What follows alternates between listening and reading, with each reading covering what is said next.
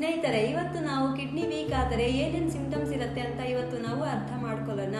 ಬಹಳ ಜನರಿಗೆ left side ಬೆನ್ನೆಯಲ್ಲಿ ತಕ್ಷಣವಾದ ನೋವು, ಯೂರಿನಲ್ಲಿ ಕ್ಲೌಡಿ ಬ್ಯಾಡ್ ಸ್ಮೆಲ್ ಇರುತ್ತೆ. ಇದನ್ನು ರೀನಲ್ ಕಾಲಿಕ್ ಎಂದು ಕರೆಯುತ್ತಾರೆ.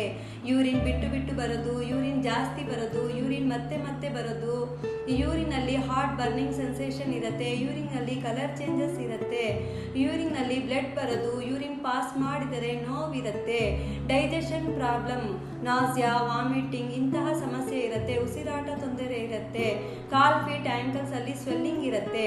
ಇಂತಹ ಏನಾದರೂ ಸಮಸ್ಯೆ ಇದ್ದರೆ ತಕ್ಷಣ ಡಯಾಗ್ನೋಸ್ ಮಾಡಿ.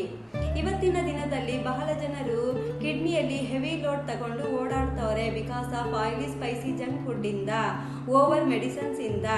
ಸ್ನೇಹಿತರೆ, ಯಾವುದೇ ಸೈಡ್ ಎಫೆಕ್ಟ್ಸ್ ಇಲ್ಲದೆ ನ್ಯಾಚುರಲ್ ಆಗಿ ಟ್ರೀಟ್ಮೆಂಟ್ ಮಾಡಬೇಕಂದರೆ ಅದಕ್ಕೆ ಪರಿಹಾರ ಕಿಡ್ನಿ ಕೇರ್ ಟ್ಯಾಬ್ಲೆಟ್ನಲ್ಲಿದೆ. ನೆಕ್ಸ್ಟ್ ವಿಡಿಯೋದಲ್ಲಿ ಇದರಲ್ಲಿರುವ ಇಂಗ್ರೀಡಿಯೆಂಟ್ಸ್ ಮತ್ತು ಇದರಲ್ಲಿರುವ ಬೆನಿಫಿಟ್ಸ್ ನೋಡೋಣ.